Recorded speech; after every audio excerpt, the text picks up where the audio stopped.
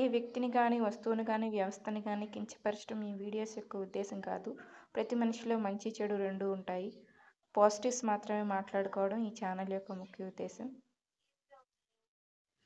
Hi friends, అందరికీ నమస్తే. Welcome back to my YouTube channel ఎందరూ మహానుభావులు. ఈరోజు వీడియో ఇంట్రోవర్ట్, ఎక్స్ట్రోవర్ట్.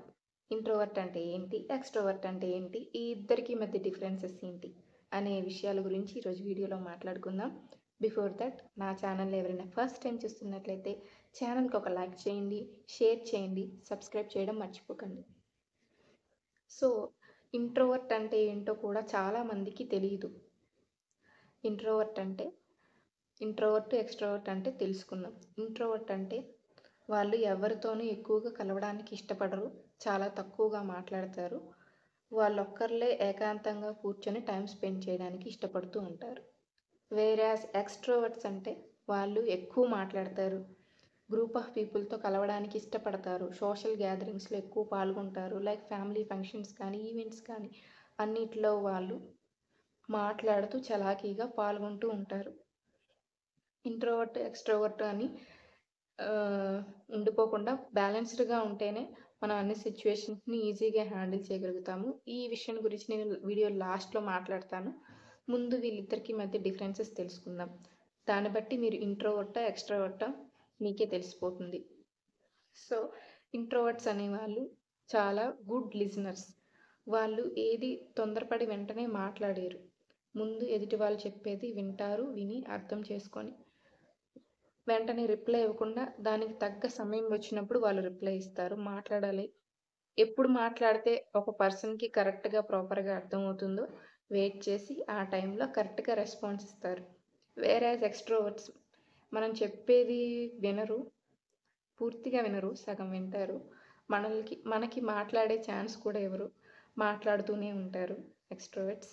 అలాగనే ఎక్స్ట్రోవర్ట్స్ ఏమి డామినేటింగ్ పీపుల్ అని నేను చెప్పట్లేదు, సిచ్యువేషన్స్ బట్టి నేను చెప్తున్నాను అంతే.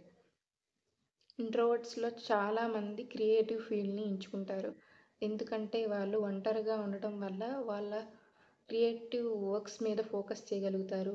ఆర్ట్ ఫామ్స్ కానీ, లేదా వీడియో ఎడిటింగ్, క్రియేటింగ్, ఇవన్నీ చాలామంది యూట్యూబర్స్ కూడా ఇప్పుడు ఇంట్రోవర్ట్సే. ఎందుకంటే వాళ్ళు బయటకు వచ్చి ఎక్కువ మంది జనాలతో ఫేస్ చేసి మాట్లాడలేరు కాబట్టి ఒక కెమెరా పెట్టి కెమెరా ముందు రికార్డ్ చేసుకొని దాన్ని పబ్లిష్ చేయడానికి ఎక్కువ ఇష్టపడతారు. కాబట్టి వీడియో క్రియేటర్స్ అందరూ, కంటెంట్ క్రియేటర్స్ అందరూ మోస్ట్లీ ఇంట్రోవర్ట్స్ అయి ఉండొచ్చు అనేది నా ఒపీనియన్. ఇంట్రోవర్ట్స్ అనేవాళ్ళు చాలా సెన్సిటివ్గా ఉంటారు. వాళ్ళు చిన్న చిన్న విషయాలకి ఎక్కువగా ఆనందపడుతూ ఉంటారు, వాళ్ళు చేసే పనుల్లోనే చిన్న చిన్న విషయాలకి ఆనందపడుతూ ఉంటారు. కానీ ఎక్స్ట్రోవర్ట్స్కి ఎక్కువ ఎఫెక్ట్ అవసరం పడుతుంది, వాళ్ళు హ్యాపీగా ఉండడానికి. కానీ దేనికి అంత ఎఫెక్ట్ అవ్వరు ఎక్స్ట్రోవర్ట్స్. చాలా ఆపర్చునిటీస్ కూడా ఇంట్రోవర్ట్స్ వాళ్ళ మాట్లాడలేకపోవడం వల్ల, కమ్యూనికేషన్ స్కిల్స్ చేయలేకపోవడం వల్ల, సరిగ్గా కమ్యూనికేట్ చేయకపోవడం వల్ల చాలా ఆపర్చునిటీస్ మిస్ చేసుకుంటూ ఉంటారు. కానీ ఏదైనా ప్రజెంటేషన్ ఇచ్చేటప్పుడు ఎక్స్ట్రోవర్ట్సే ముందు ఆ కన్వర్జేషన్ని స్టార్ట్ చేస్తారు, ఆ కన్వర్జేషన్ని ఈజీగా అందరి ముందు కాన్ఫిడెంట్గా ప్రజెంట్ చేయగలుగుతారు. ఈ క్వాలిటీస్ వల్ల ఇంట్రోవర్ట్స్ చాలా వరకు ఆపర్చునిటీస్ కోల్పోయినా సరే, వేరే టీంతో పనిచేసినప్పుడు, టీంలో ఉన్నప్పుడు, వాళ్ళు టీం లీడర్ అయినా సరే వాళ్ళు లైమ్లైట్లోకి రావడానికి ఇష్టపడరు. ఎవరు వచ్చినా సరే వాళ్ళ టీంలో వాళ్ళందరితో కలిసి పనిచేయడానికి ఇంట్రోవర్ట్స్ బాగా యాక్సెప్టెన్స్ చూపుతారు. అండ్ అలాగే వాళ్ళు గెలిచినా సరే వాళ్ళ గెలుపుని ఇంట్రోవర్ట్స్ యాక్సెప్ట్ చేయగలుగుతారు. వేరేస్ ఎక్స్ట్రోవర్ట్స్ ఏం చేస్తారంటే ఎక్కువ ప్రెజరైజ్ చేస్తూ ఉంటారు. వాళ్ళు చేయాలనుకున్న టార్గెట్స్ని ఎవ్రీ టైం వాళ్ళకి గుర్తు చేస్తూ ఒక ప్రెషర్ బిల్డప్ చేసే వేలో ఎక్స్ట్రోవర్ట్స్ మాట్లాడతారు. ఇంట్రోవర్ట్స్ అలా కాదు. ఇంట్రోవర్ట్స్ వాళ్ళు ఏం చేయాలనుకున్న వాళ్ళకు ఒక ఫ్రీడమ్ని ఇవ్వగలుగుతారు. వెంటనే గబుక్కన నోరు జారి ఏమీ మాట్లాడరు, వాళ్ళకి ఒక టైం ఇస్తారు, ఆ టైంలోపు వాళ్ళు చేయాలనుకున్న దాన్ని చేయనిస్తారు. అలాగని ఇంట్రోవర్ట్స్ ఎవరితోనే కలవరు, ఎవరితోనే మాట్లాడరని నేను చెప్పను. కలుస్తారు, ఇద్దరితో కలిసినా కానీ కొంచెం డీప్గా వాళ్ళ మీద నమ్మకం వచ్చినాకే వాళ్ళు అన్నీ షేర్ చేసుకోగలుగుతారు. ఒక్కసారి కనెక్ట్ అయ్యారు అంటే చాలా డీప్గా మాట్లాడతారు, సెన్సిబుల్గా మాట్లాడతారు. ఎక్స్ట్రోవర్ట్స్ మాత్రం పైనే మాట్లాడతారు, పైనే అన్నీ అంత ఇన్వాల్వ్మెంట్ ఎక్కువ ఉండదు అని నా అభిప్రాయం. These are the differences between introvert and extrovert.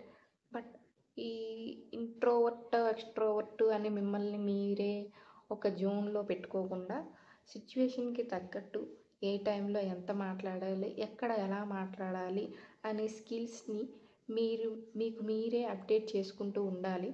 అవన్నీ మీకు ఒక ఎక్స్పీరియన్సెస్ లాగా యూజ్ అవుతాయి. లైఫ్లో మీరు ఒక గ్రేట్ స్టేజ్కి వెళ్ళొచ్చు, ఒక గ్రేట్ లీడర్ అవ్వచ్చు. ఇప్పుడు మీరు ఒక కాన్ఫరెన్స్లో మీరు మాట్లాడాలి అన్నప్పుడు మీలో ఉన్న ఇంట్రోవర్ట్ని అణిచేసి మీరు ఎక్స్ట్రోవర్ట్ అవ్వాల్సిందే. అప్పుడే మీరు ఆ ఆపర్చునిటీని కరెక్ట్గా యూటిలైజ్ చేసుకున్న వాళ్ళు అవుతారు. ఇప్పుడు ఒక క్లాస్లో చాలా బాగా మాట్లాడేవాళ్ళు టీచర్స్తో కొంచెం ఎక్కువ మాట్లాడి వాళ్ళకి కొంచెం దగ్గర అవుతూ ఉంటారు.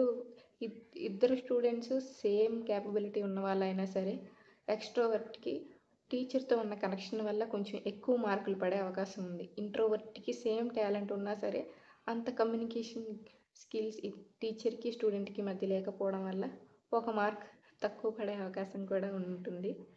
సో ఇలాగా మనం సిచ్యువేషన్స్ని బ్యాలెన్స్ చేసుకుంటూ ఎప్పుడు ఇంట్రోవర్ట్ అవ్వాలి, ఎప్పుడు ఎక్స్ట్రోవర్ట్ అవ్వాలి అనేది మన మైండ్లో ఉంచుకుంటే మనం చాలా సిచ్యువేషన్స్ని ఈజీగా ఫేస్ చేయొచ్చు.